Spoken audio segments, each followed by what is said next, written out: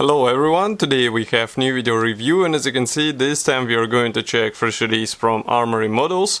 It is molded in 1/44 scale and it copies Su-24M Fencer D, so it's another version of their small aircraft kit. As you remember, we reviewed previous release and now we have a new version. It is named as a Ukrainian Pixel Camo, and there should be several new markings as far as I can understand. So we have here a commercial sample, and it means you will get exactly the same stuff as what you'll see in this video review. So first of all, box size is not that big, but this is not surprising because it's 1/44 scale. But do not underestimate the size of this kit, because even in 1/44 it will be quite big. Here you can see comparison with my hand, and box art looks quite nice. Then on the side we have marking option for May 2016. I'm not sure if there will be more, because it looks like we get only one marking option. And here you can see some information about the manufacturer and of course that it is made in Ukraine. So let's open it. As you can see, box design is quite interesting because we have color printed top section, and then we have sturdy white cardboard box which should protect everything inside. And inside we have all parts packed into the same plastic bag, assembly manual, and there should be marking guide maybe, we will check it. But we are going to start with plastic, of course, because first of all we have to see all these parts here. So this is a Ziploc bag, it is easy to open, and now I'm going to remove it and we will take a look. So once again, small reminder, as you can see one part broken off. So small reminder, this is a 1/44 scale, so that's why some parts will be really small. And we are going to start with this sprue. Let's zoom in a bit. Now you should be able to see it. So here we have various external equipment. Mostly these are bombs or bomb racks and bombs, and they look quite nice. I mean, this is 1/44 scale, of course they're molded as one-piece parts, so it's just a matter of careful separation and painting them and you have a nice result. But still, it is really cool that we have it out of the box. You don't have to search for some additional upgrades, let's say. And that's not enough, because we have not all, let's say, because we have also external fuel tanks and we have also pylons. As you can see, they are molded here. Of course, fuel tanks should be glued out of two hulls, and if you flip it over, there are no guiding pins whatsoever, so you will have to be careful while joining all this stuff together. But again, who said that this kit is for beginners? This is definitely not for beginners, so be ready for such challenge. It is not easy, but it is doable, and of course small challenges are always interesting during model building. And as far as I know, there are not that many kits which copy this aircraft. Next we go on with first sprue, which is actually related to aircraft itself. Let's say zoom out.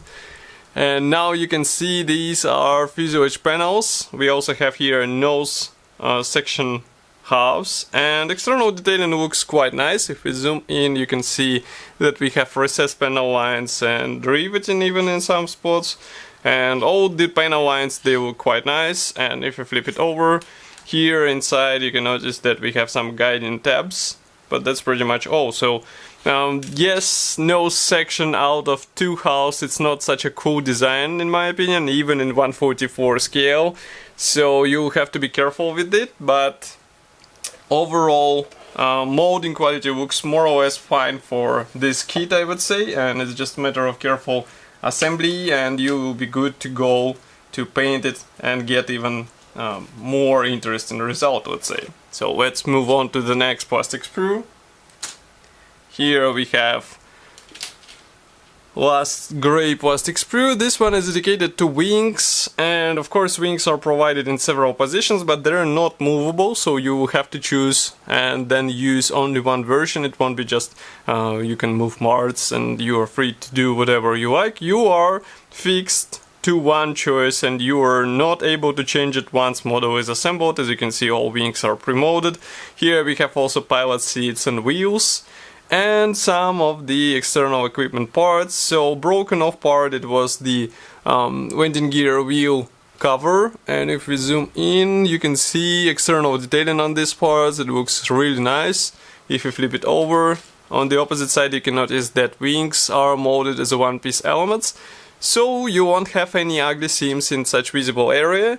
And in 144 scale, I wouldn't say it's really surprising parts design, because parts are thin, parts are small, so that's why they're molded as a one-piece parts. The same can be said about landing gear views and pilot seats as well. Okay. Next we have another plastic bag. So here, first of all, we have this set of resin parts. As far as you can see, there are several of them, so just give me a second to open them. This is really surprising that they decided to include these resin parts, and now in a second you will understand what I'm talking about. So first of all, we have tail section fully molded out of resin, or casted out of resin. Here you can see it. This is a one-piece element which will have to be attached with fuselage. It looks quite nice, but it will require careful installation, and of course it will have to be painted and of course separated according to special procedures which are required with resin parts. Next we also have small control sticks, as far as I can understand. As you can see, they're casted like this, one broken off here, but it is not broken completely, so it can be used. And that's really surprising that such tiny parts are also copied in resin, so be sure not to lose them, just like I broke off one, and I mean, it is necessary to keep it somehow. Next we go on with clear plastic frames, so just give me a moment once again. Here it is.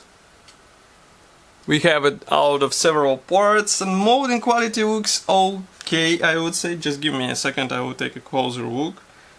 So we have not that clear surface. I mean, it looks shiny, but there are some ripples, let's say, on the surface. So maybe it is possible to solve it with sanding, maybe not. I'm not sure regarding such parts, but it looks fine for out-of-the-box build. Of course, there are no masks included, so if you would like to mask it, you will have to cut your own masks. Here we continue with decals sheet, so this one is printed in decograph. It looks quite nice. Here we have all necessary symbols for this digital camouflage, so in case you don't want to copy it with masks, so you can copy it with decals. It will be another approach. And another decals sheet is dedicated to internal elements and national insignia, so it's more or less, I would say, universal, because here we have cockpit decals, also we have some national insignia, as I said, and again it is printed in decograph, so it should be easy to work with. And another bonus is this small P thread. So it's unpainted P thread with so tiny metal parts which will be used for fine detailing of this aircraft. And of course, due to their size, they will require some special treatment, because otherwise it will be really tricky to get them into the right spot. And another thing is this color printed marking guide. So even though assembly manual, which you will see in a second, is printed in black and white, here we have color printed paper, and you can see that we have only one marking option, surprisingly, but it is shown from all necessary sides. Okay. And last but not the least is the assembly manual. Here it is. Let's zoom out a bit.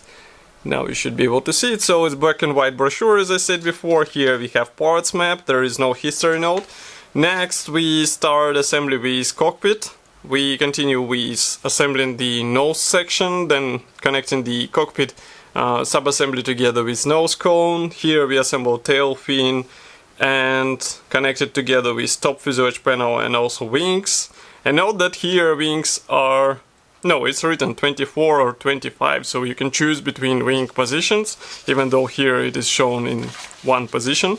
Next we continue with landing gear. Here we can see some of the refueling pods and also bombs which will be or can be attached on aircraft, and here you can see loading schemes. And the last page actually shows the finished model. So overall, we have quite interesting kit in small scale. Obviously, this is not a beginner choice, as I said before, so if you would like to work on it, you have to have some experience behind your back and you have to be sure of your hands, because otherwise you might end up with some really difficult challenges. But yes, as long as you are sure that you can finish such stuff, it might be a decent build in 144 scale, different from other offerings on the market. Of course, I will be happy to hear your opinion about this kit here in the comment section below. If you like this video, don't forget to press the like button and subscribe to our YouTube channel. And I will see you in the next video review as usual. Thank you for joining me today, and bye!